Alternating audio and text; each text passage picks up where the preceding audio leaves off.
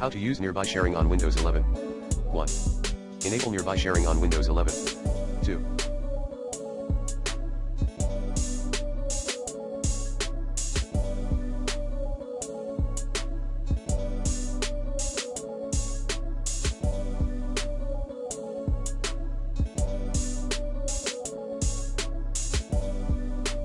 Send or receive files with nearby sharing on Windows 11 by right-click menu.